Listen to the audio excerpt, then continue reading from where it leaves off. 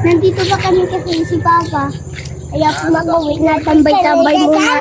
Dito yung aming lote, yung dati. Sa aming bahay namin noon. Tinaniman pala dito ni Lolo ng mga gulay. Inamasan pala ito ni Mama at Papa nung nakaraang pagpunta pala namin dito. Pero kung makikita nyo, tumubo na naman yung mga damo. Yung tinanim ni Mamang Mulberry noon, ngayon malaki na. Madami na rin bunga. Tinatanong ko nga dyan si Mama kung ilang followers na ako. Maisingit lang ba?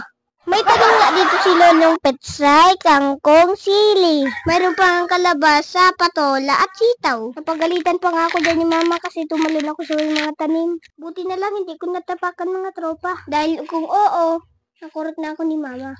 Shoutout pala kay Gab-Gab. Nandito sa kalsada karga ng kanyang mama. Andito pa kasi basta ko yung nagkakain ng mulberry. Nakakatawa yung reaksyon ng mukha. Ha ha ha! Kain kasing kain kahit maasim. Andito pa rin kami ni Lolo at Papa. Tinitingnan pa rin yung mga tanim ni Lolo. At yung mga damo ay inaalis din. Laking pakinaban talaga mga tropa pag may tanim. Yung tibong nakatipid ka na.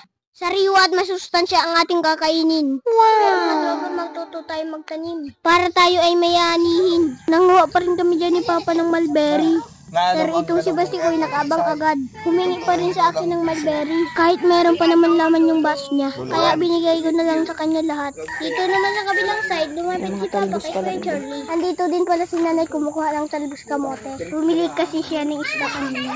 O siya mga tropa, hanga dito na lang. Salamat sa panonood. Bye-bye!